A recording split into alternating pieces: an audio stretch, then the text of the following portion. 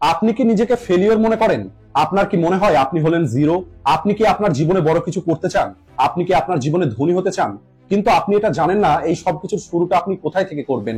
তাহলে আপনি একদম সঠিক ভিডিওতে ক্লিক করেছেন। কারণ আজকের এই ভিডিওতে আমি আপনাদের এমন স্ট্র্যাটেজি বলবো যেটা যদি আপনি স্টেপ বাই স্টেপ ফলো করেন তাহলে আপনার লাইফ সেট হয়ে যাবে। কারণ আজকের এই ভিডিওতে আমি আপনাদের যে সমস্ত কথাগুলো বলতে যাচ্ছি এগুলো কোনো মুখে বলা কথা নয়, বরং এটা হলো সেই নলেজ যেটা আমি পার্সোনাল ফাইন্যান্সের উপরে অনেকগুলো বই পড়ার পরে শিখেছি। সত্যি বলতে ধনী হওয়াটা সবার দ্বারা সম্ভব নয়। যেমন প্রতিটা প্লেয়ার একটি গেমের সমস্ত লেভেল পার করতে পারে না, একইভাবে প্রতিটা মানুষও ধনী হতে পারবে না। কিন্তু যদি আপনি চেষ্টা করেন তাহলে এখন আপনি যেখানে আছেন তার থেকে আপনি উপরে আসতে পারেন। কিন্তু এর জন্য আপনাকে টাকার খেলাটা বুঝতে হবে। আর আপনি যাতে টাকার এই খেলাটাকে ভালোভাবে বুঝতে পারেন এর জন্য আমি এই ভিডিওটাকে গেমের মতো তিনটি লেভেলে ডিভাইডেড করেছি। অর্থাৎ আপনি এটা বলতে পারেন আপনাকে ধনী হবার জন্য বিগিনার, ইন্টারমিডিয়েট এবং অ্যাডভান্স এই তিনটি লেভেলকে পার করতে হবে। আর আপনাদের মধ্যে বেশিরভাগ মানুষ এখন বিগিনার লেভেলেও নেই। আর এমনটা আমি কেন বলছি সেটা আপনারা এই ভিডিওটা দেখার পরেই বুঝতে পারবেন। বিগিনার লেভেলের টাকার সম্পর্কে আপনার ধারণা পরিবর্তন করা হবে। আর যখন আপনি বিগিনার লেভেল পার করে যাবেন তখন আপনি ইন্টারমিডিয়েট লেভেলে পৌঁছে যাবেন, যেখানে আপনাকে আপনার টাকা ম্যানেজ করা শেখানো হবে এবং আপনার এক্সপেন্সকে কন্ট্রোল করা শেখানো হবে। আর যখন আপনি এই লেভেলটা পার করে যাবেন তখন আপনাকে নিজের জন্য আলাদা আলাদা ইনকাম সোর্স ক্রিয়েট করা শেখানো হবে। তাই এই ভিডিওতে বলা প্রত্যেকটি কথা আপনার জন্য খুবই গুরুত্বপূর্ণ। এই কারণে ভিডিওটা স্কিপ না করে শেষ পর্যন্ত অবশ্যই দেখবেন। তো চলুন শুরু করা যাক। থিঙ্ক অ্যান্ড গ্রো রিচ বইয়ের অথর নেপোলিয়ন হিল বলেন, বেশিরভাগ মানুষ ধনী এই কারণে হতে পারে না কারণ তারা ধনী তো হতে চায় কিন্তু তাদের মধ্যে কোনো বার্নিং ডিজায়ার থাকে না। এই কারণে ধনী হওয়ার জন্য আপনার ভিতরে একটি বার্নিং ডিজায়ার থাকতে হবে, যার শুরুটা আপনি বড় চিন্তা থেকে করতে পারেন। কারণ মানুষ ধনী হতে চায় কিন্তু তারা বড় চিন্তা করতে চায় না। কিন্তু যতক্ষণ পর্যন্ত আপনি বড় চিন্তা না করবেন ততক্ষণ পর্যন্ত আপনি ধনী হতে পারবেন না। এর কারণ হলো আপনার চিন্তায় আপনার ফিউচার ডিসাইড করে। আপনি প্রতি মাসে 20,000 টাকা রোজগার করেন আর আপনি ধনী হতে চান, তাহলে এটা কখনোই পসিবল নয়। ধনী হবার জন্য আপনাকে প্রতি মাসে কয়েক লক্ষ টাকা রোজগার করার কথা চিন্তা করতে হবে। বেশিরভাগ মানুষ চিন্তা করে যে যদি একবার সে চাকরি পেয়ে যায় তাহলে ধীরে ধীরে সে তার টাকা সেভ এবং ইনভেস্ট করে ধনী হয়ে যাবে।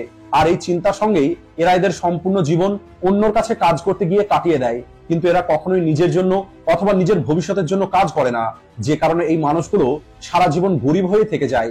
অথর রবার্ট কিওসাকি ওনার বই রিচ ড্যাড পুয়ার ড্যাডের মধ্যে বলেছেন, অন্যের জন্য কাজ করলে আপনি নিজেকে নয় বরং আপনি অন্যকে ধনী তৈরি করছেন। কারণ জব আপনাকে কেবলমাত্র র্যাট রেসের মধ্যে ফাঁসিয়ে রাখবে।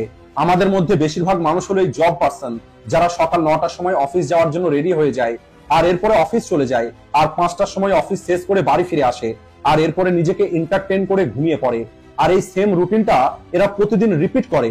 এরা জব সিকিউরিটির সামনে নিজের ফ্রিডম দেখতে পায় না। মানুষ কেবল প্রতি মাসে নিজের মোবাইলে স্যালারি ক্রেডিট হওয়ার মেসেজ দেখতে চায়, কিন্তু তারা এটা জানে না তাদের এই স্যালারি তাদের ফাইন্যান্সিয়াল লাইফকে ধ্বংস করে দিচ্ছে। এরা নিজের জন্য অল্প একটু সময় বার করে না, আর এরা এদের জীবনে নতুন কোনো কিছু শেখার ট্রাই করে না, আর না এরা নতুন কোনো স্কিল শেখে, যেটা ধনী হবার জন্য খুবই গুরুত্বপূর্ণ একটা স্টেপ।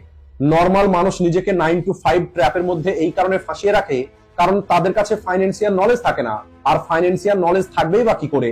কারণ ছোট থেকে আমাদের স্কুল ও কলেজে কেবল এটাই শেখানো হয় যে ভালোভাবে পড়াশোনা করো, ভালো রেজাল্ট নিয়ে আসো আর একটি ভালো ডিগ্রি নিয়ে একটি ভালো চাকরি করো। এক কথায় বললে আমাদের এডুকেশন সিস্টেম আমাদেরকে এই র্যাট রেসের জন্যই তৈরি করে। কিন্তু ধনী হবার জন্য আপনাকে এই র্যাট রেস থেকে বাইরে বেরিয়ে এসে নিজেকে ফাইন্যান্সিয়ালি এডুকেট করতে হবে। আর এই ভিডিওতে ক্লিক করে সেটা আপনি শুরু করে দিয়েছেন। আর এই ভিডিওটা শেষ হতে হতে আপনি ফাইন্যান্স সম্পর্কে অনেক কিছু শিখে যাবেন আর আপনি এটাও জেনে যাবেন ধনী কিভাবে হতে হয়। আর এখন যদি এই পয়েন্টটাকে আমি সামারাইজ করে বলি তাহলে আপনাকে আপনার মাইন্ডসেটকে পরিবর্তন করে বড় কিছু চিন্তা করতে হবে, নিজের উপরে কাজ করে আপনাকে এই র্যাট রেস থেকে বাইরে বেরিয়ে আসতে হবে আর যতটা সম্ভব নিজেকে ফাইন্যান্সিয়ালি এডুকেট করতে হবে। বিগিনার লেভেলকে পার করে যদি আপনি এই লেভেলে পৌঁছে গেছেন তাহলে আপনাকে কংগ্রাচুলেশন। কারণ এই লেভেলটা পার করার কথা বেশিরভাগ মানুষ কেবল চিন্তা করে কিন্তু তারা পার করতে পারে না। আর এখন কথা বলবো মানুষের সেই সমস্ত বিহেভিয়ার সম্পর্কে যা একটি মানুষকে গরিব তৈরি করে রাখে। আজকাল যদি আপনি দেখেন মানুষ রোজগার করছে 15 থেকে 20,000 টাকা কিন্তু তারা তাদের হাতে আইফোন নিয়ে ঘুরে বেড়াচ্ছে। এই মানুষগুলো যত টাকা রোজগার না করে তার থেকে অনেক বেশি টাকা খরচ করে। এরা যদি 100 টাকা রোজগার করে তাহলে এরা 150 টাকা খরচ করে দেয়। চলুন আমি আপনাদের আমার পরিচিত একটি বন্ধুর সম্পর্কে বলি। সে সারা মাসে কেবল 18,000 টাকা রোজগার করে, কিন্তু 15,000 টাকা সে নিজের জন্য ইএমআই করে রেখেছে, যে কারণে তার নিজের পরিবারের খরচ চালাতে তাকে পুনরায় লোন নিতে হয়। কিন্তু আপনি কি কখনো এটা ভেবে দেখেছেন, লোন নিয়ে ইএমআই এর মাধ্যমে গাড়ি, বাইক, মোবাইল কিনে আপনি আপনার শখের উপরে যে টাকা খরচ করছেন, এই সব কিছুর ফলে আপনাকে দেখতে তো ধনী মনে হচ্ছে, কিন্তু আপনি কখনোই ধনী হতে পারবেন না। এর কারণ হলো, ধনী হবার জন্য আপনাকে আপনার খরচ কন্ট্রোল করতে হবে। যদি আপনি দেখেন আপনার ডে টু ডে লাইফে আপনি এমন অনেক কিছুর উপরেই টাকা খরচ করেন যেটা করার কোনো প্রয়োজন নেই, আর এই কারণে আপনাকে আপনার খরচগুলোকে কন্ট্রোল করতে হবে আর আপনার ইনকামকে সঠিকভাবে ম্যানেজ করা শিখতে হবে। কারণ বেশিরভাগ মানুষ তাদের স্যালারি পাওয়ার সঙ্গে সঙ্গে সেটাকে খরচ করে দেয়। অনেক মানুষ এটা কমপ্লেন করে যে তাদের স্যালারি তাদের কাছে থাকে না। এর কারণ হলো তাদের কাছে তাদের খরচের কোনো রেকর্ড নেই। এদের যতটা ইচ্ছে হয় ততটা টাকা এরা খরচ করে দেয়, এদের কাছে কোনো রকমের বাজেট থাকে না। আর এই কারণেই আপনি এই মাস থেকেই আপনার ইনকাম এবং এক্সপেন্সকে ট্র্যাক করা শুরু করে দিন। যদি আপনি চান এমন কিছু হোক যাতে আপনি আপনার শখও পূর্ণ করতে পারবেন আর আপনার টাকাও সেভ হয়ে যাবে, তাহলে যখনই আপনার স্যালারিটা আপনার হাতে আসবে তখন আপনি 50-30-20 রুল ব্যবহার করতে পারেন, যেটা বলে আপনাকে আপনার ইনকামের 50% নিজের প্রয়োজনের উপরে খরচ করতে হবে। যেমন রেন্ট দেওয়ার জন্য, বিলসের জন্য। 30% আপনার নিজের জন্য খরচ করতে হবে, যেমন আপনি আপনার জন্য নতুন কোনো কিছু কিনতে পারেন, অন্য কোথাও ঘুরতে যেতে পারেন, অথবা আপনি কোনো রেস্টুরেন্টে খেতে যেতে পারেন। আর বাকি 20% টাকা আপনাকে সেভ করতে হবে। এভাবে আপনি আপনার স্যালারিকে সঠিকভাবে ব্যবহার করাটা শিখে যাবেন। আর এরপরে আপনি আপনার সারা জীবনের জন্য একটি ইনকাম প্ল্যান অর্থাৎ একটি পোর্টফোলিও তৈরি করতে পারবেন। আপনারা রে ডালিওর নাম তো শুনেছেন। রে ডালিও এই পৃথিবীর ধনী মানুষদের মধ্যে একজন, আর উনি অনেক বড় একজন ফাইন্যান্সিয়াল এক্সপার্ট। রে অনেক মানুষের পোর্টফোলিও ম্যানেজ করেন, আর এর জন্য উনি হাই ফি চার্জ করেন। আর উনি ওনার এক্সপিরিয়েন্স থেকে এমন একটি প্ল্যান তৈরি করেছেন যেটা ফলো করে আপনি আপনার জন্য একটি প্রফিটেবল পোর্টফোলিও তৈরি করতে পারেন। রে বলেন আপনাকে 30% স্টকে, 40% লং টার্ম বন্ডে, 15% শর্ট টার্ম বন্ডে, 7.5% গোল্ডে এবং 7.5% কমিউনিটিজে ইনভেস্ট করতে হবে। আর এখানে রিয়েল এস্টেট ছাড়া সমস্ত রকমের অ্যাসেটকেই কভার করা হয়েছে। আর এগুলো হলো এমন অ্যাসেট যা ভবিষ্যতে আপনাকে কন্টিনিউ রিটার্ন দিতে থাকবে। ধনী হবার জন্য আপনাকে ইনভেস্টমেন্টের সঙ্গে সঙ্গে ইনফ্লুয়েন্সের কনসেপ্টটাকেও বুঝতে হবে। টাকা সেভ করার নামে আমরা আমাদের টাকা ব্যাংকে সেভ করি, যেখান থেকে আমরা 4-5% ইন্টারেস্ট পাই, আর সেখানে আমাদের দেশের ইনফ্লুয়েন্স আজ 8% পর্যন্ত পৌঁছে গেছে।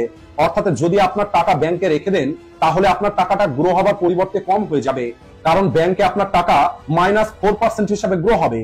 তাই কোন রকমের চিন্তা না করেই আপনি যে কোনো জায়গায় আপনার টাকা লাগিয়ে দেবেন না, বরং ইনফ্লুয়েন্সকে বুঝে আপনাকে আপনার ইনভেস্টমেন্ট করতে হবে। আর রে ডাউলির পোর্টফোলিও ইনফ্লুয়েন্সের পরেও আপনাকে ভালো রিটার্ন দেবে, তাই আপনি এটাকে কনসিডার করতে পারেন। লেভেল 1 এবং লেভেল 2 পার করে যদি আপনি তৃতীয় লেভেলে চলে আসেন তাহলে আপনি ধনী হবার অনেক কাছে চলে এসেছেন। কারণ বেশিরভাগ মানুষ লেভেল 2 তেই আটকে যায়, তারা এই লেভেল 2 থেকে বাইরে বেরিয়ে আসতে পারে না। আর এখন যদি আপনি লেভেল 3 তে চলে এসেছেন তাহলে এখন আমরা দেখব কিভাবে আপনি আপনার ইনকাম বাড়াতে পারবেন। দেখুন, যে কোনো মানুষ এই 4টি পদ্ধতিকে ব্যবহার করে টাকা রোজগার করে, যেটাকে Robert Kiyosaki cash flow quadrant বলেছেন। আর আপনারা দেখতে পাচ্ছেন এই ক্যাশ ফ্লো কোয়াড্রান্টে ESBI এই 4টি গ্রুপ থাকে। ই এর অর্থ হলো এমপ্লয়েড, যেখানে সেই সমস্ত মানুষগুলো আসে যারা জব করে। এস এর অর্থ হলো সেলফ এমপ্লয়েড, যেখানে ডক্টর ও লয়ারের মতো সার্ভিস দেওয়া মানুষগুলো আসে। বি এর অর্থ হলো বিজনেসম্যান, অর্থাৎ বিজনেস করা মানুষগুলো এই গ্রুপের মধ্যে আসে। আর আই এর অর্থ হলো ইনভেস্টর, অর্থাৎ যে মানুষগুলো অন্যের কোম্পানিতে নিজের টাকা ইনভেস্ট করে, আর কোম্পানি যখন লাভ করে তখন ইনভেস্টরও সেখান থেকে লাভের অংশ পায়। আর এই 4টি কোয়াড্রান্টের মধ্যে লেফট সাইডে যে দুটো আছে এরা অন্যের কাছে কাজ করে, আর যদি এরা কাজ করা বন্ধ করে দেয় তাহলে এদের রোজগারও বন্ধ হয়ে যাবে। অন্যদিকে রাইট সাইডে যারা আছে এরা অনেক বেশি টাকা রোজগার করে, কারণ অন্যরা এদের কাছে কাজ করে। এরা যদি এদের কাজে কোনো রকমের ইনভলভ নাও থাকে তারপরেও এদের ইনকাম হতে থাকবে। একবার বিজনেস সেট হয়ে যাওয়ার পরে আরামের সঙ্গে এরা এদের লাইফ এনজয় করতে পারে। আর ইনভেস্টররা অন্য মানুষের বিজনেসে নিজের টাকা ইনভেস্ট করে এখান থেকে কন্টিনিউ রোজগার করে। দেখুন, ধনী সে হতে পারবে না যে অনেক বেশি পরিশ্রম করে, বরং ধনী সেই হবে যে অন্যদের দিয়ে কাজ করিয়ে নিতে জানে। আর এখন আপনাকে দেখতে হবে আপনি ক্যাশ ফ্লো কোয়াড্রান্টের মধ্যে আপনি কোন সাইডে আছেন। আর যদি আপনি একটি এমপ্লয়ি হয়ে থাকেন তাহলে আপনাকে বিজনেসের সম্পর্কে চিন্তা করা উচিত। আর যদি আপনি একটি বিজনেসম্যান হয়ে থাকেন তাহলে ইনভেস্টমেন্টের মাধ্যমে আপনি আপনার লেভেলকে বাড়িয়ে তুলতে পারেন। মোট কথা, আপনাকে লেফট সাইড থেকে রাইট সাইডে শিফট করতে হবে, তাহলে আপনি ধনী হতে পারবেন। অনেক মানুষ বিজনেসের নাম শুনলেই ভয় পায়, কারণ তাদের মনে হয় যদি আমরা বিজনেস শুরু করি আর সেই বিজনেসটা না চলে, যদি সেখানে আমাদের লস হয়ে যায় তাহলে কি হবে, আর এই কারণেই তারা কোনো রিস্ক নেয় না। কিন্তু ধনী হবার জন্য রিস্ক নেওয়াটা অনেক প্রয়োজন। ধনী কেবল সেই হবে যে রিস্ক নেয়। যে মানুষগুলো রিস্ক নিতে পারে না তারা কখনোই ধনী হতে পারবে না। তাই যদি আপনি ধনী হতে চান তাহলে আপনার ভয়কে জয় করতে হবে, আর এমনটা করেই আপনি টাকা রোজগার করার রাস্তায় এগিয়ে যেতে পারবেন আর একদিন ফাইন্যান্সিয়ালি ফ্রিডম অ্যাচিভ করতে পারবেন। দেখুন, ধনী হবার রাস্তাটা মোটেও সহজ নয়। এখানে ফেলিওর, সেলফ ডাউট, এমন অনেক কিছু আপনার রাস্তায় বাধা হয়ে দাঁড়াবে, কিন্তু আপনি দাঁড়িয়ে পড়বেন না, বরং আপনাকে কন্টিনিউ এগিয়ে যেতে হবে। এছাড়া প্রতিটা মানুষের ধনী হবার রাস্তাটা আলাদা।